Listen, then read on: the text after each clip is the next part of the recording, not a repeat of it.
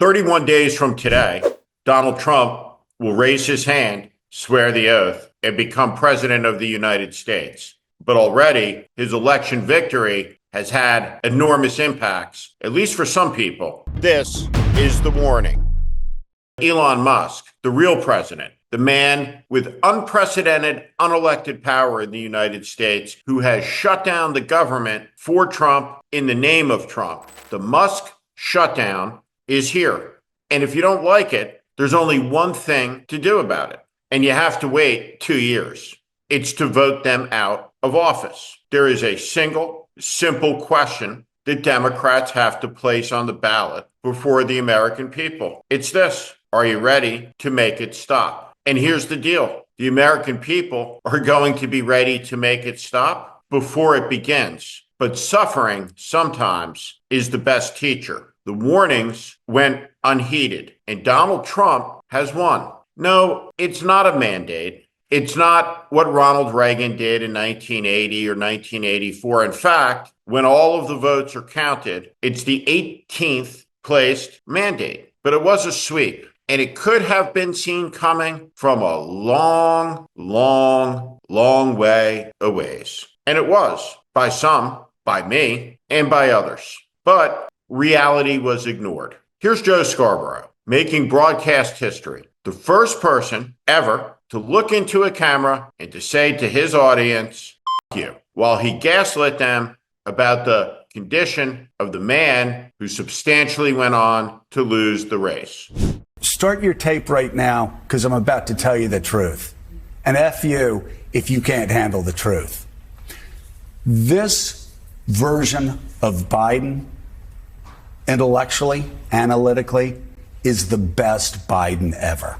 Not a close second. And I've known him for years. The Brzezinskis have known him for 50 years. If it weren't the truth, I wouldn't say it. The cynicism of this is astounding, and it never gets old. Comprehending it, thinking about it, studying it. And the result of that is this. Over the past week, Joe and I have heard from so many people, from political leaders to regular citizens, deeply dismayed by several of President-elect Trump's cabinet selections, and they are scared.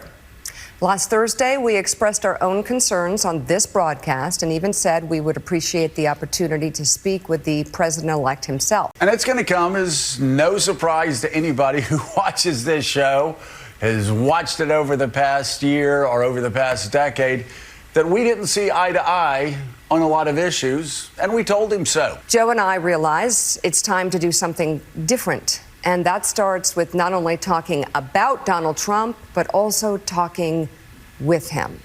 And this. Mika said after, the comment was a little too flippant for the moment we're in. We disagree with Fox News, but there's some good people over there, including, of course, those talking to NBC News about their concerns. This got turned into a column and a headline that said that, well, let's see, what was the headline? The sound of fear. No, that wasn't the sound of fear. That was the sound of civility. And saying that Mika had apologized. Mika didn't apologize. No, She simply said it was too flippant. And of course, President Musk. And of course, all of the lawsuit threats against anybody everywhere who broke the rule and wasn't nice to Trump. Trump likes the reporters who are nice. He won't sue those reporters. He doesn't want to break those reporters. Donald Trump just wants reporters to be nice. And if you're nice, you get the interview. You get to sit down. You get the access. And if you get the access, you get the ratings. You get the clicks. And if you get the ratings and you get the clicks, you get the Benjamins, and they call it journalism. Take a pass. It's not good for you. What's needed in a democracy is people who will look into a camera and not take a step back, and who will tell the truth, and who will be on your side. Here's the simple truth about Elon Musk. This Christmas season, the man now worth almost $500 billion Does he care about the grandmother who's not getting the Social Security check? He does not. He does not care about anything or anyone. And yet, the people have chosen the man who picked Elon to tell us all what to do. It's not supposed to work like that, but it's exactly how it's going to work. And in fairness, Donald Trump did tell us he would do exactly what it is he's doing. And so in that regard, he's kept the promise. The American people will have a choice, not for a while, but they'll have one again. And the message, by the time we get there, is going to be incredibly simple. The bumper sticker can already be printed. Make it stop. But it's not going to for quite a while. And the world is going to get more dangerous. The economy is going to decline. And the richest people in the world are going to get to go on an Oscar party version of the taking or gifting room. They're going to be able to take what they want. Things that don't belong to them, that belong to you, that have been given away by you, by us, to them.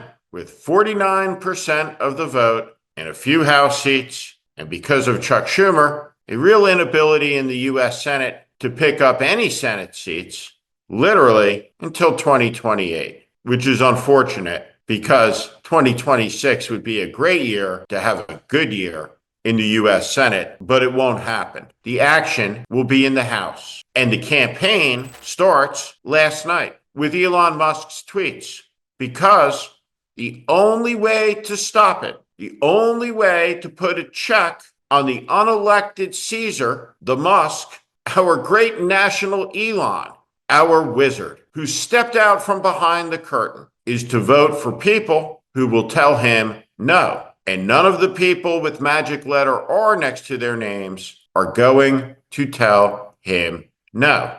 And so therefore, even before Trump has taken power, Trump has the power, power enough to impose misery, a government shutdown. And Democrats have to let it happen, because the only way to save the country from Donald Trump and MAGA is for the country to experience it. Make America great again.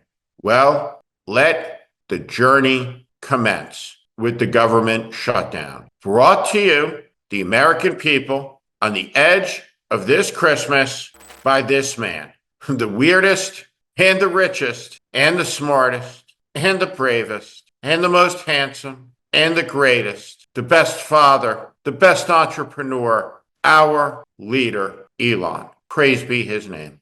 The American people will have to decide. Do we wish to have a king named Elon, and a duke named Donald Duke, servant of the king, King Elon? Or would we like to have government of the people, by the people, for the people? Because in 2024, for a host of reasons, all of them mostly earned, the American people, in a choice between the two parties, picked King Elon in what amounts to the greatest political failure in American history. The loss of Kamala Harris, really Joe Biden, to Donald Trump. And all the rest now is, as they say, history. The party is just getting started. The suffering just beginning. And when I mean suffering just beginning, I mean just beginning. There are brutal days ahead. The takers are in their palaces, and they are ready to take from you. And you know how they got to do it? We let them do it. We gave them the keys. Because in America, when the party that is supposed to offer better finds its way to being even more cynical than MAGA, they get repudiated and burned to the ground. The good news is, what comes next? It can be better. It can be new. It can be fresh. It can be principled, and it can have conviction. And so the opposition stands at a fork in the road. And the thing that Donald Trump fears more than anything is the thing that he does not face now. And that is a decent opposition. A decent opposition is the one that crushes this. But I guess we'll have to wait until King Elon takes his turn, ruling over all of us. This is The Warning. I'm Steve Schmidt. This is The Warning, and I invite you to subscribe on our Substack, on our YouTube channel. Follow us. Welcome to the community.